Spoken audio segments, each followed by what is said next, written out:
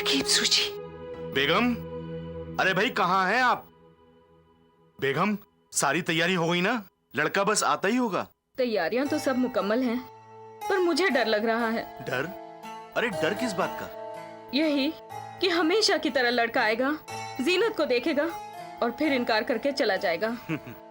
फिर क्या होगा? नहीं बेगम नहीं, आज जो लड़का आ रहा है वो इनकार कर ही नहीं सकता। क्यों? क्या उसको सूरत से ज्यादा सीरत पसंद है? ऐसी तो कोई बात नहीं। तो क्या उसे हमारी जीनत पसंद है? ऐसी भी कोई बात नहीं। तो फिर आखिर क्या बात है? आप पहेलियां मत बुझाइए, साफ साफ बताइए, आखिर क्यों कर वो करेगा हमारी जीनत से शादी? वो इसलिए बेगम कि हम उस लड़के को अपनी जीनत दिखाएंगे ही नहीं। क्या फजूल की बात कर रहे हैं? बिना जीनत को दिखाए वो शादी के लिए राजी कैसे होगा? राजी होगा बेगम, जरूर होगा। अरे बेटी, ये कौन है? ये हमारी जीनत है बेगम। हमारी जीनत? हाँ। लगता है तुम सठिया गए हो। हमारी जीनत तो अंदर पकवान तैयार कर रही है। नहीं बेगम, वो हमारी कनीज है, ये हमारी जीनत है। आओ बेटी, अम्मी हुजूर को सलाम करो। सलाम अम्मी हुजूर। आओ आओ बेटी आओ। तुम अंदर जाओ बेटी। जी।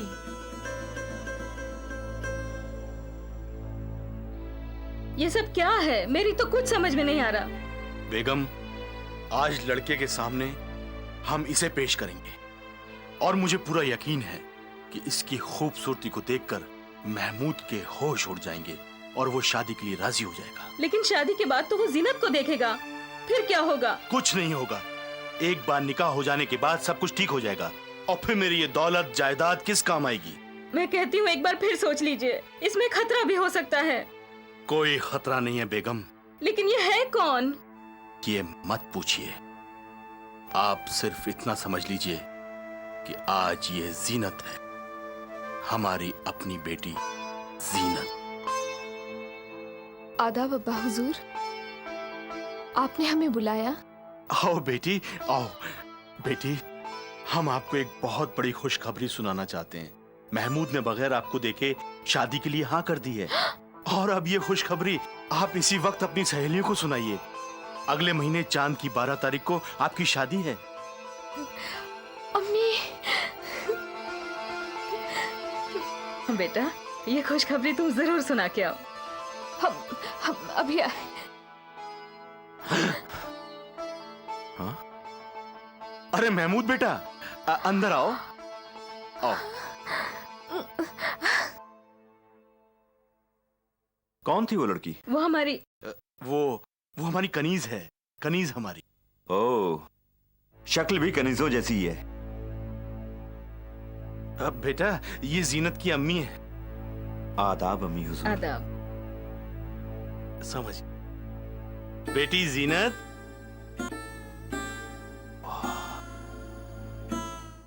सुभान अल्लाह, जैसा सोचा था वैसा ही पाया। बेटा, शादी की तैयारी शुरू करूं? नेकी और पूछ-पूछ। मैं मिठाई लेकर आती हूँ।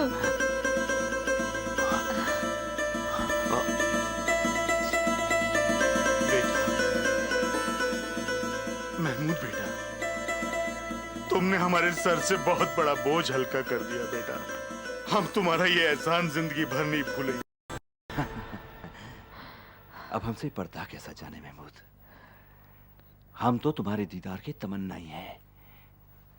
वैसे हमने तुम्हारी एक झलक पहले भी देखी है और तब से तुम्हारा ये चेहरा हमारी आंखों के सामने लहराता रहा है।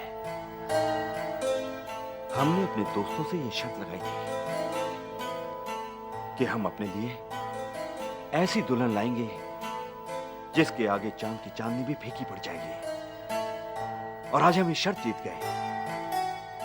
तुम्हें पाकर हम ये शर्त जीत गए जाने महमूद। कल सुबह जब हमारे सारे दोस्त तुम्हारे हुस्न बेमिसाल का दीदार करेंगे तो हमारी किस्मत पर अश अश कर उठेंगे।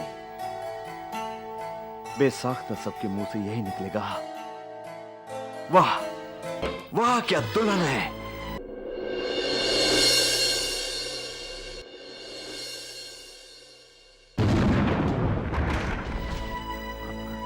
कौन कौन हो तुम? जी मैं पूछता हूं कौन हो तुम? हम आपकी बीवी हैं।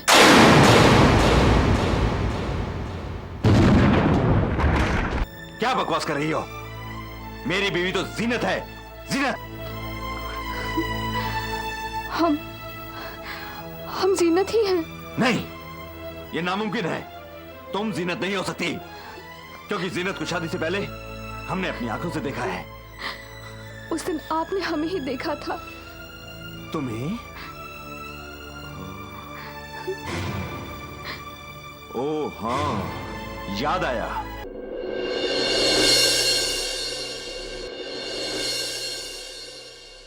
उस दिन तुम्हें भी देखा था, मगर तुम तो कोई कनीज हो ना?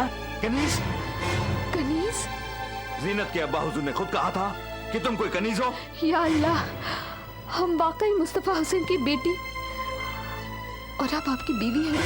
नहीं, जिसे जीनत समझकर हमने शादी के लिए हाँ कहा था वो तुम नहीं, कोई और थी, जिसे तुम्हारे अब्बा हुजूर ने अपनी बेटी जीनत बताया था। मुस्तफा हुसैन, मुस्तफा हुसैन, मुस्तफा हुसैन, ये रहा तुम्हारा फरेब, तुम्हारी मक्कारी। तुमने मुझे धोखा दिया मुस्तफा हुसैन। खूबसूरत लड़की दिखाकर अपने इस बदसूरत बेटी को मेरे गले से बांध दिया। मगर बेटा, मत कह मुझे बेटा, मत कह। मैं ना तुम्हारा बेटा हूं ना दामाद। तुमने मुझे धोखा दिया है मुस्तफा हुसैन, मुझे धोखा दिया है। मैं तुम्हें कभी माफ नहीं करूंगा, कभी नहीं। मेरी बात तो सुनो बेटा। नहीं सुननी है तुम्हारी बात, नहीं सुननी है। रखो अपनी काली कलूटी बेटी को अपने पास, और आज से मुझे इसका मुंह भी देखना गवारा नहीं। नहीं बेटा, ऐसा मत कहो, अब ये तुम्हारी बीवी है। बीवी? मैं तो इसे अपनी कनीज भी ना बनाऊं बुढ़िया, और तू बीवी बनाने की बात कर रही है। मैं आज अभी इसी वक्त इसे तलाक। खुदा के लिए नहीं, आप मुझे मत अपनाइए, मुझे अपने साथ मत रखिए, लेकिन खुदा के वास्ते मुझे तलाक मत दीजिए, तलाक मत दीजिए, तलाक मत दीजिए। तू ठीक कहती है, अगर मैं तुझे तलाक दूंगा तो मुझे मेहर की 25,000 अशरफियां तुझे देनी पड़ेगी, इसलिए मैं तुझे कभी तलाक नहीं दूंगा। मगर खबरदार, जब कभी मेरे घर का रुख भी किया तो आज के बाद मैं तेरे लिए मर चुका, और तू मेरे लिए। मुझे माफ कर दो बेटी, मुझे माफ कर दो। अब्बा हुजूर, ये आपने क्या किया? क्यों इतना बड़ा धोखा किया? क्या मैं आपके लिए इतनी बोझ बन गई जो आपने मुझे किसी भी तरह घर से बाहर निकाल देना चाहा? तू नहीं जानती बेटी, उस बाप की हालत जिसके घर में जवान बेटी बिन ब्याही बैठी रहती है। एक एक लम्हा पहाड़ होता है, पहाड़। लोगों के ताने तिश्नों से ये सीना छलनी हो जाता है, छलनी हो जाता है। आपका तो सिर्फ सीना छलनी होता था अब्बा हुजूर, लेकिन अब मेरी जिंदगी कांटों का एक सेज बन गई है। अब हर लम्हा मेरे जिस्म का एक एक हिस्सा छलनी होता रहेगा। उसका क्या? पहले ही कह रही थी, हम मकरो फरेब से अपनी बेटी को ब्याह भी देंगे तो वो कभी खुश नहीं रहेगी। उसका शौहर दिन रात उसे अज़ाब में मुब्तला रखेगा, और हुआ भी यही।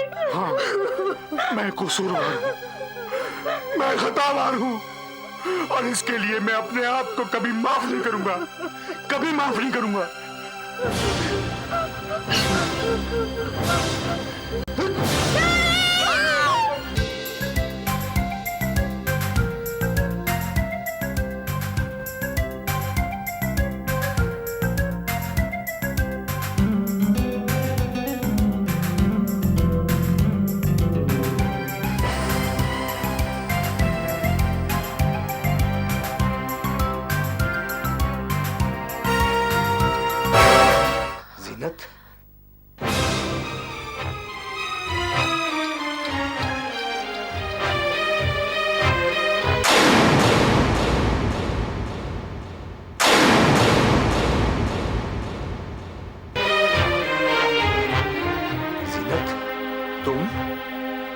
नहीं,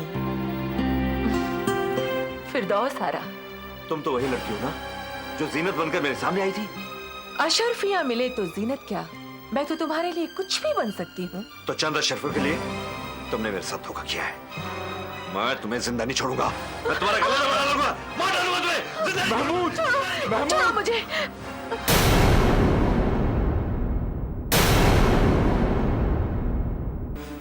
मेरे दोस्त, एक बहुत बुरी खबर है। क्या मेरी बीवी मर गई? तुम्हारी बीवी नहीं, उसके अब्बा ने तो खुदकुशी कर ली।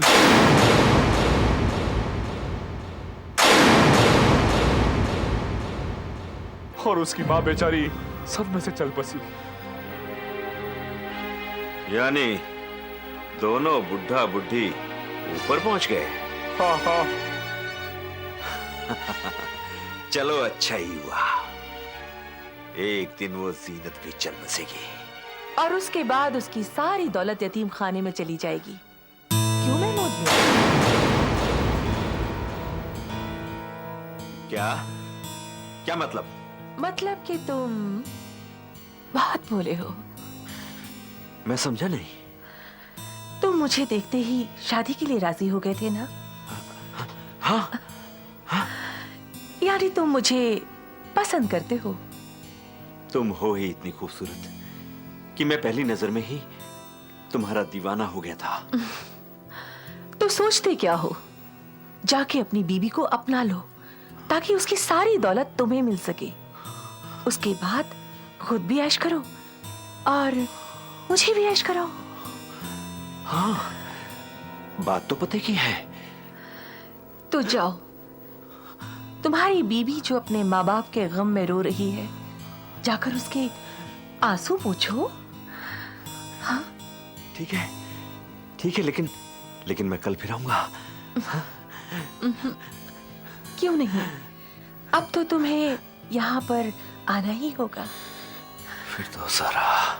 जाओ ना। हाँ।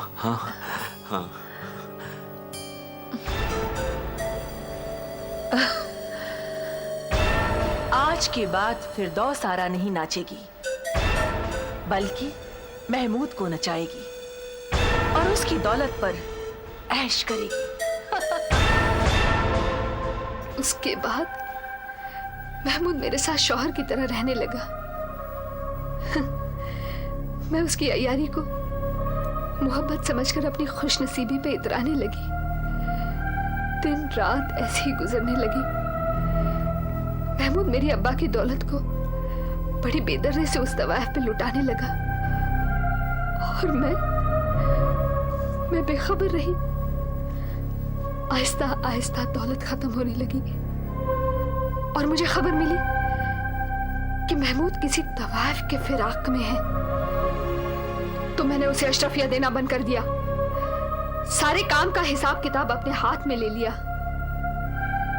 मेरा ये सोचना था कि अगर महमूद के पास अशरफिया नहीं रहेंगी तो उसका तवायफ के पास आना जाना बंद हो जाएगा और वो हमेशा हमेशा के लिए मेरा हो जाएगा। और ऐसे ही हुआ।